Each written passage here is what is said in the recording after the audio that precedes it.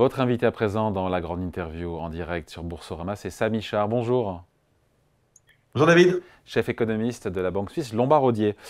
De Suisse, comment vous voyez ce qui se passe en France, notamment ce brouillard politique? J'écoutais hier l'ex-commissaire européen Thierry Breton qui s'inquiète d'une France à l'arrêt depuis de longs mois. Je le cite, on a les agents économiques qui sont à l'arrêt et qui attendent de savoir s'ils vont ou pas investir.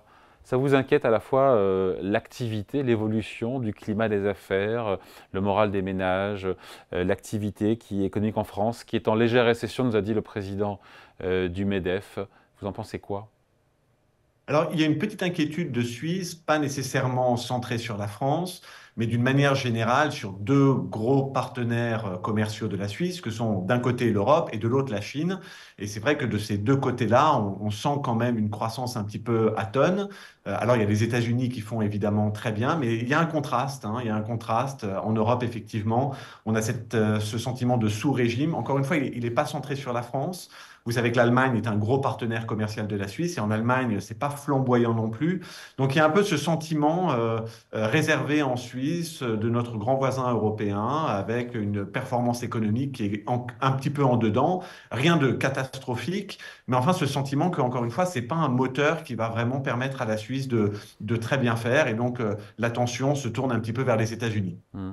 Et sur la question des comptes publics qui nous anime en France, on a le président de la Cour des comptes, Pierre Moscovici, qui dit qu'il n'y a pas d'avenir pour ce pays, il parle de nous, s'il ne se désendette pas. Il y a vraiment urgence ou pas à faire refluer le déficit public en France qui est de 6%, parce que quand on regarde la réaction des marchés, les investisseurs, ils ne semblent pas s'alarmer plus que ça quand on voit le niveau des taux d'intérêt sur la dette française à 10 ans, on est autour de 3%. Pas le feu au lac, comme on dirait, hein. Oui, David, on est... Elle est pas mal, celle-là, bien Ouais, placée. ouais. On est vraiment dans le camp des investisseurs, David. C'est vrai qu'il y a un certain catastrophisme et des messages que je trouve très, très durs en France, dans la presse française, et les Français ne sont pas tendres avec leur propre économie et leur propre parlement. Nous, on se place du côté de l'investisseur international. Et il y a quelques éléments que j'aimerais mettre en avant. Le premier, c'est que bien sûr, pour la France, d'avoir un Parlement divisé et finalement un gouvernement qui ne peut pas vraiment opérer, c'est assez exceptionnel dans la Ve République. On ne l'a pas beaucoup vu depuis la quatrième. Mais pour des investisseurs internationaux, c'est la norme. Je veux dire, il y a un Parlement divisé en Allemagne, il y a un Parlement divisé aux Pays-Bas, il y a un Parlement divisé en Autriche. Aux États-Unis, jusqu'à il n'y a pas si longtemps, encore une fois, le Parlement était aussi bloqué. Donc, encore une fois, le fait que ce soit difficile de passer des lois et des réformes, c'est plus la norme que l'exception dans le monde politique aujourd'hui. Donc, en tant qu'investisseur international, on ne s'inquiète pas tellement de la situation politique en France parce que les marchés internationaux sont habitués à avoir ce forme de blocage et de polarisation dans une assemblée. La deuxième chose, c'est que, comme toujours, on est, nous, un petit peu frustrés en tant qu'investisseur international de toujours entendre parler de dette publique. Oui, les comptes publics, la sphère publique, c'est pas terrible, mais on oublie un peu qu'une économie, c'est un secteur public, mais aussi un secteur privé. Et le secteur privé en France va pas si mal. Les ménages, les banques, les entreprises ont de l'épargne, il y a de l'activité économique, le taux de chômage est quand même faible. Enfin, encore une fois, rien de magnifique, mais il y a un secteur privé qui permet quand même de compenser un petit peu les errements du secteur public. Et du coup, ça permet effectivement à la France de se financer à un coût qui pourrait être plus bas, mais qui au fond n'est pas non plus très très élevé. Donc une inquiétude qui est mesurée à ce niveau-là, plus mesurée en tout cas que ce qu'on entend de la part des agents économiques français. Hmm. Un mot de la réunion, Samy Char, de la réunion de la BCE de jeudi, qui a un petit peu déçu les investisseurs, qui s'attendaient peut-être, en tout cas qui auraient aimé une banque centrale européenne plus offensive. C'est pour ça, j'ai eu le sentiment hier, Christine Lagarde, qui a eu besoin d'annoncer donc voilà de nouvelles baisses de taux à venir. Il y avait une espèce de session de rattrapage pour la BCE. Rattrapage, c'est un petit peu fort, mais très clairement, on l'a senti du côté de la Réserve fédérale américaine, on le sent du côté de la Banque centrale européenne. L'attention bascule de la lutte contre l'inflation au soutien à la croissance. Et comme toujours, les Américains sont un petit peu plus directs, rapides et proactifs quand il s'agit de faire des virements de vue. En Europe, on met un peu plus de temps, mais très clairement, la question du soutien à la croissance est en train de se poser. Elle est centrale aujourd'hui. Il y a moins d'inquiétude à avoir sur l'inflation. Il y a plus d'inquiétude à avoir sur l'emploi et la dynamique économique. Et donc, très clairement, il s'agit de communiquer ce changement d'inquiétude de voie centrale. Et effectivement, on a une Banque centrale européenne qui va couper les taux beaucoup plus que ce qui était attendu initialement. On s'attend à ce qu'elle les coupe en dessous de 1,5% Ah oui, à mi-2025. c'est ça le sens de son discours hier, parce qu'on était plutôt sur 2 et quelques pourcents de taux directeur pour mi-2025. Pour vous, on pourrait être plus bas à mi-2025?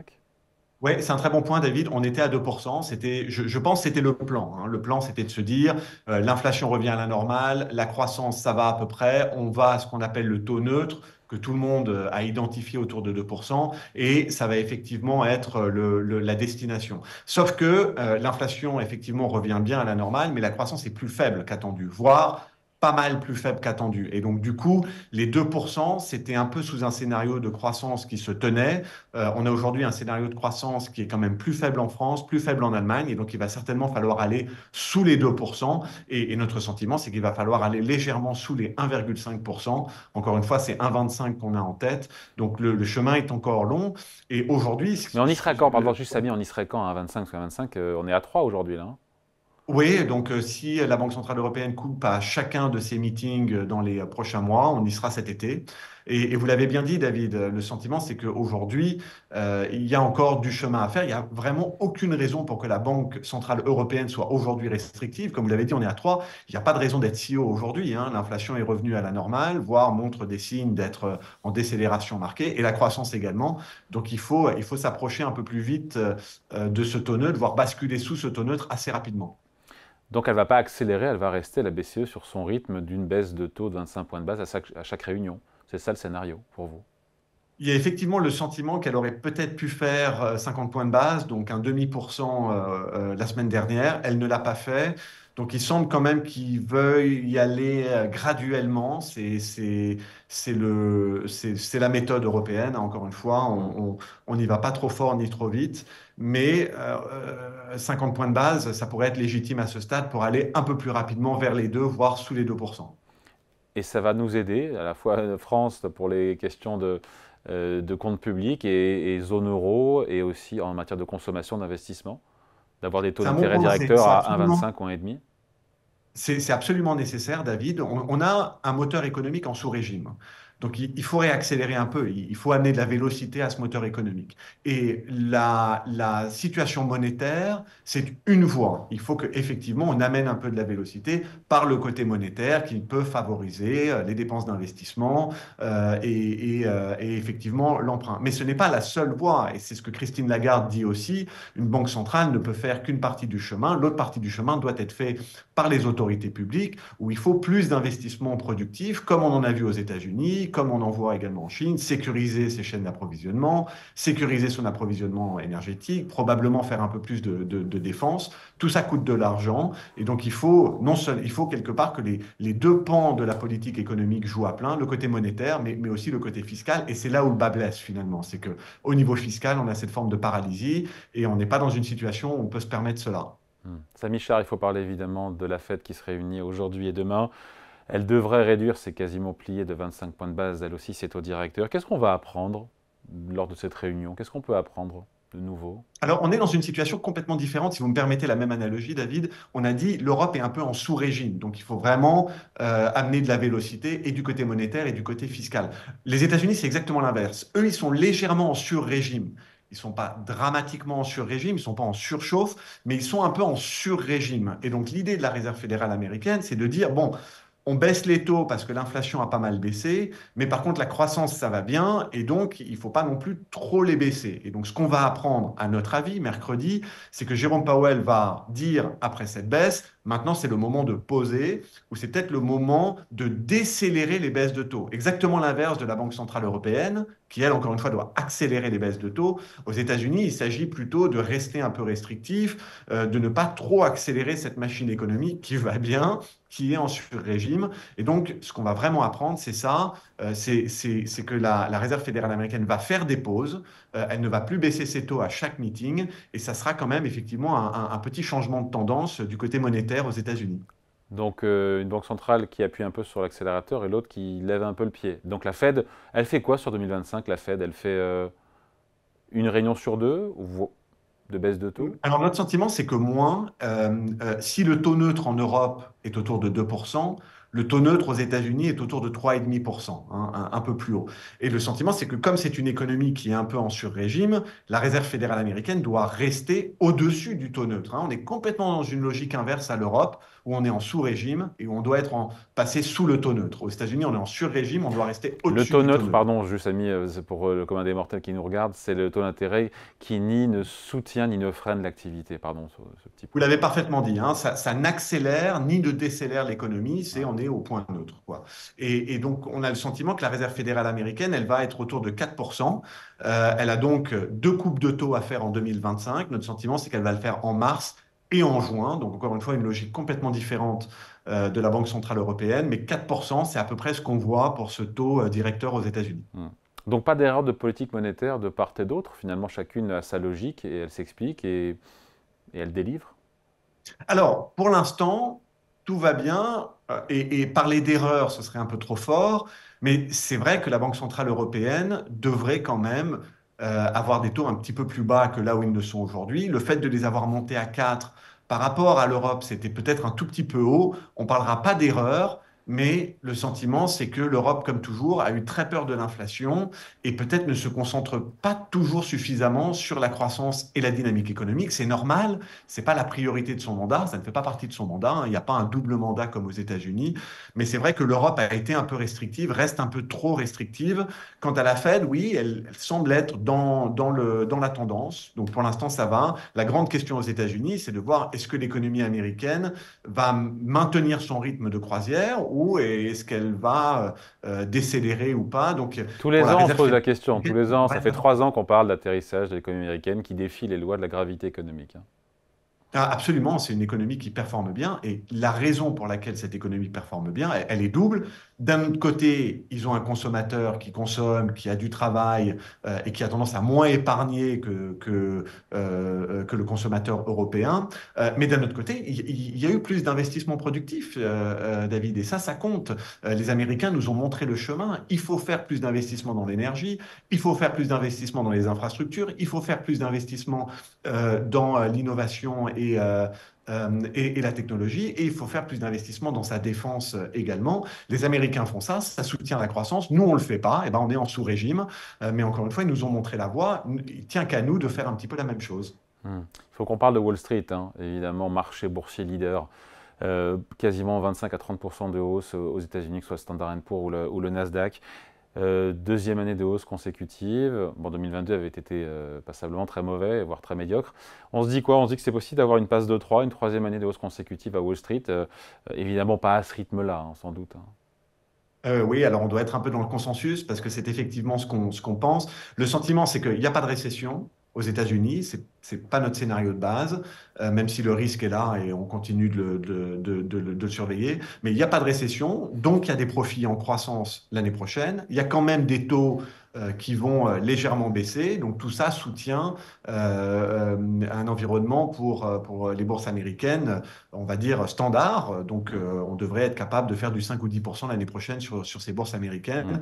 On voit, nous, le S&P 500 à 6600, c'est notre taux cible. On est un peu au-dessus de 6000 aujourd'hui. Donc vous voyez, on est dans ce 5-10% pour l'année prochaine. Pas Hmm. aussi flamboyant que cette année, mais ça tient. Et le point important, c'est s'il n'y a pas de récession, il y a une croissance des profits. Et donc on peut estimer que le scénario de base, c'est qu'on aura une Ouais. passe de 3. Et si ce n'est pas le scénario de base, qu'est-ce qui pourrait faire corriger, en tout cas, quel élément déclencheur pourrait entraîner une baisse, une correction, une année dans le rouge 2025 à Wall Street?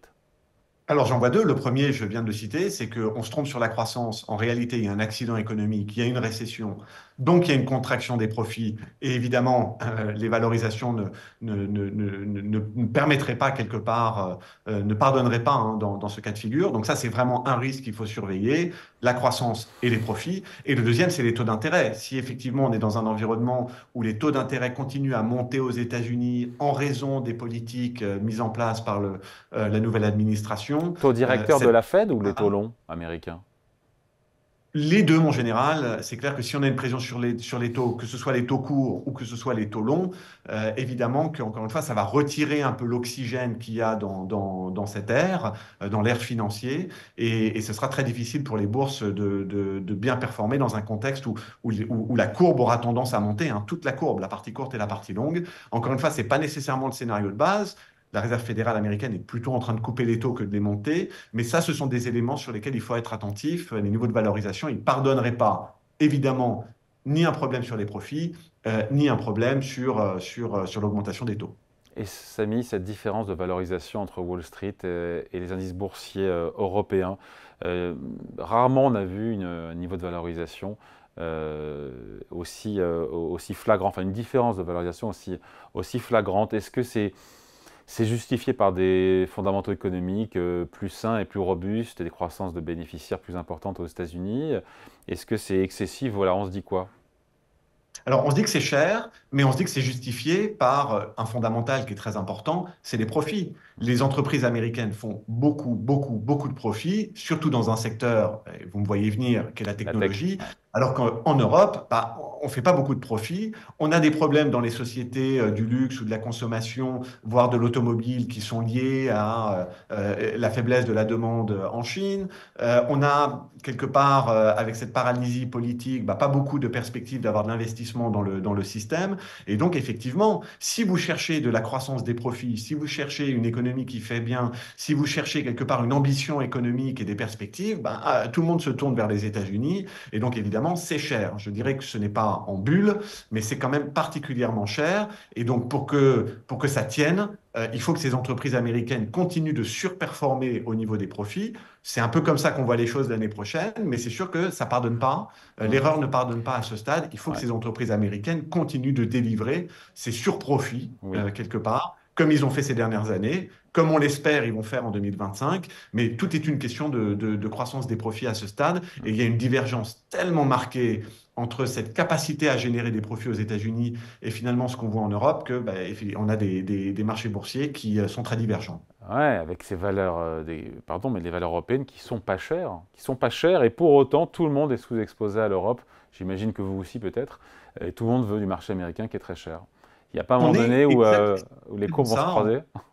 On est dans ce consensus, David, on est sous-exposé à l'Europe, surexposé aux États-Unis, et on a envie de changer. À un moment, on espère prendre profit sur les États-Unis et racheter l'Europe, mais on doit avoir une raison de le faire. Et la principale raison, c'est qu'on a besoin d'un signal.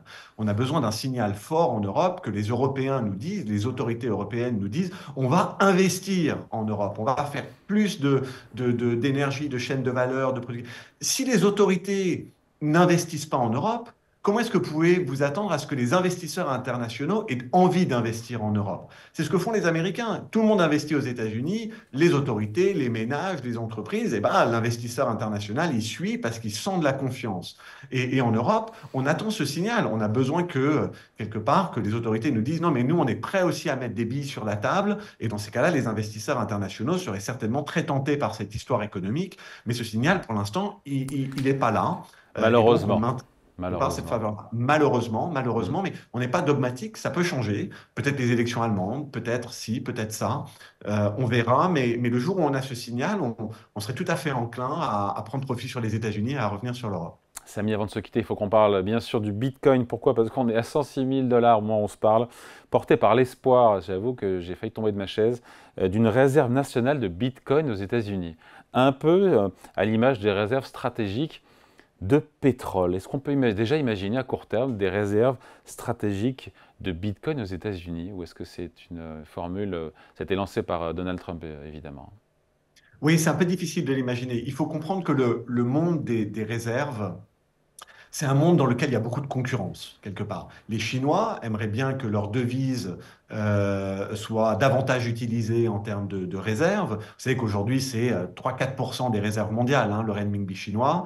C'est outrageusement dominé, ce marché-là, par les États-Unis, qui sont le dollar américain, qui est proche de 60, l'or, évidemment, l'euro, qui est entre 20 et 30%. Et donc, il y a une vraie compétition pour les réserves. J'ai du mal à imaginer que les États-Unis soient prêts à amener un concurrent au dollar américain avec le Bitcoin par exemple, parce que encore une fois, je pense que ça les arrange que le dollar domine outrageusement ce marché des réserves. Et donc notre sentiment, c'est qu'il y a un peu d'effet d'annonce. Peut-être qu'il y aura une fois, il y aura pas forcément beaucoup de régulation là-dessus. Peut-être que Donald Trump veut pousser le Bitcoin, mais je ne crois pas qu'il le fera par rapport aux réserves, parce qu'encore une fois, ça viendrait concurrencer le dollar. Et l'idée n'est évidemment pas là. Ça serait très contre-productif pour les Américains de faire ça. En tant qu'actif, quand vous voyez l'évolution du Bitcoin, 190% de hausse depuis le début de l'année, 50% depuis l'élection de Trump, vous vous dites quoi? Cette euphorie autour du Bitcoin, est-ce que ça vous dépasse, ça vous inquiète, vous y participez et comment?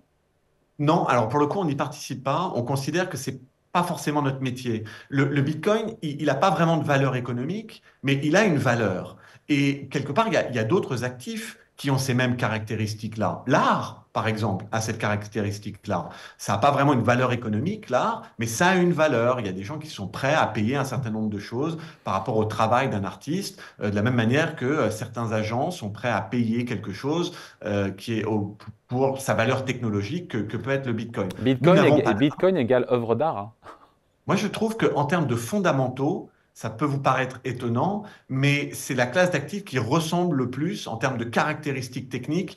Effectivement, ce serait une forme d'art digital. Vous avez un groupe de personnes, un groupe d'initiés qui est prêt à payer pour certaines cryptos, mais elles n'ont pas l'utilisation industrielle, elles n'ont pas une utilisation dans le système économique comme l'art, mais pourtant ça a une valeur parce qu'un certain groupe de personnes sont prêts à payer pour. Nous n'avons pas d'art dans nos portefeuilles discrétionnaires, nous n'avons pas de Bitcoin non plus, mais c'est pas pour autant que ça n'a pas de valeur, mais c'est effectivement pas notre domaine d'expertise.